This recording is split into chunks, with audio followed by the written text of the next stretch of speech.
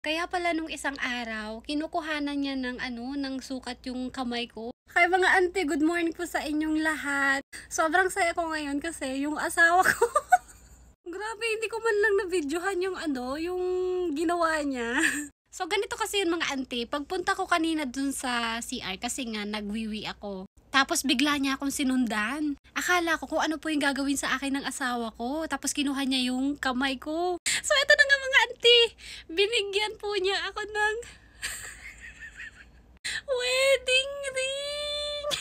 Grabe, sobrang ganda. Hindi ko po alam kung wedding ring to kasi yung asawa ko, wala naman siyang wedding ring. Ako lang yung merong wedding ring.